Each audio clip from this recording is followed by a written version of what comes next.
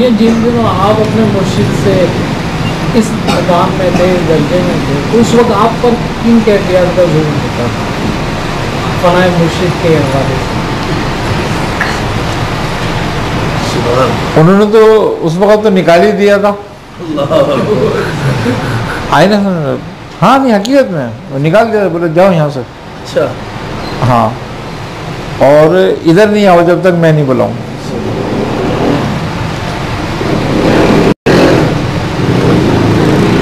यही हाल जब ख्वाजा मंजूर हुसैन साहब के साथ हुआ, और वो क्योंकि हम हर औलाद वज़ाइफ में वो करते थे और हमें कोई काम तो होता ही नहीं था उस वक्त में।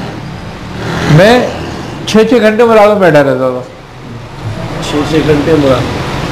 हाँ बैठा रहता था मैं, कोई काम तो था ही नहीं, क्या करते, मैंने यही करो बस।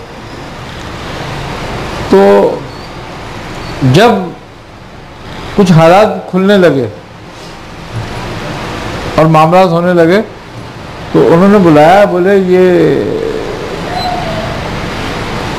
दखल अंदाजी क्यों है? मैंने कहा नहीं मुझे नहीं पता। कहने लगा अच्छा फिर ठीक है, मुझे नहीं पता। मैंने कहा नहीं मुझे तो नहीं पता। कहने लगे फिर एक जिक्र करो फिर तुम्हें पता होगा। मैंने कहा क्या? तो वो उन्होंने एक जिक्र बताया, याहू या मल्लम लैसा लहू ला इलाहा इल्लल्लाहु। तो कहने लगे इसको करो। मैंने कहा सही है, कितने दिन करना है? कहने लगे 3 दिन भी करना होता है, कभी 14 दिन भी करना होता है, कभी ज़्यादा भी करना पड़ जाता है, कभी बहुत ज़्यादा करना पड़ जाता है।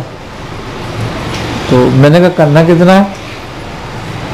कहने लगे 12,000 रात को, 12,000 सुबह को, दिन में यही करना है बस, थोड़ा सा ज़्यादा नहीं है तुम्हारे को। मैंने कहा सही है लेकिन यह है कि हमारे पास नहीं आना वरना ख़राब हो जाएगा। हाँ, कहने लगे ख़राब हो जाएगा ये। हाँ, फिर मैं यहाँ, मैंने कहा फिर कहाँ जाऊँ? तो कहने लगे, मैंने कहा मैं घर में बैठे कर लूँ। कहने लगे खबरदार घर में नहीं करना, ना आबादी में करना। मैंने कहा फिर? कहने लगे कोई जंगल, कोई कब्रिस्तान, कोई वीरान ढूंढो। मैंने कहा कब्रिस्तान में बैठ जाता हूँ। कहने लगे कब्रें वीरान हो जाएंगी बोला कब्रिस्तान तो वीरानी होता है और क्या वीरानी हो जाएगी? तो मुझसे कहने लगे नहीं नहीं कोई और जगह देखो। अरे मैंने कहा मैं एक पहाड़ी है पीछे। कहने हाँ हाँ वहाँ सही है, उधर चले जाओ। तो फिर मैं वहाँ जाके बैठ गया था। तो जब मैं जाने लगा तो कहने नियत कर लो जब तक मैं नहीं बुलाऊं तुम मेरे पास नहीं आओगे। मैंने कहा ठीक है, और वहाँ से भी नहीं जाओगे कहीं? मैंने कहा सही है। मैंने कहा मियाँ वज़ू करने का और नहाने धोने का, तो कहने तुम्हें कौन से हज पे जा रहे हो? मैंने कहा अच्छा। कहने जिस हाल में बस दुआ अपना काम करो, तुम जाके जाओ बस यहाँ से जाओ बस, यहाँ से जाओ। मैंने कहा अच्छा ठीक है। तो मैं जाके बैठ गया। अब वो तो भाई 9 महीने गुजर गए वहाँ तक मुझे। लेकिन ये मैंने बात देखी थी कि जब वो टाइम वहाँ जो मैं मुराकबा करता था वो अलग मामला थे, और फिर जब मैंने वो शुरू किया और फिर जो मैं मुराकबा करता था वो अलग मामला थे। आई ना समझ में? तो जब वो काम पूरा हो गया, सब कुछ हो गया, बुला लिया, फिर उन्होंने मुझसे कहा कि बेटा मैंने वहाँ बिठाया इसलिए था तुम इसमें मेरे में ना फंस जाओ।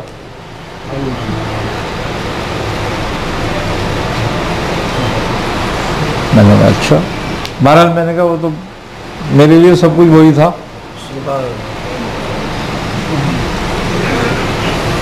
ये होता यही है कि पीर का काम जो है वो रास्ता दिखाना होता है। अमूमन एक दरवेश है कहते हैं कि पीर का काम रास्ता दिखाना होता है, अल्लाह तक पहुँचाना। बस वो अब वो उसकी 3 हालतें हैं, वो अफ़ाल में दिखाए, सिफात में दिखाए, ज़ात में दिखाए। उस पर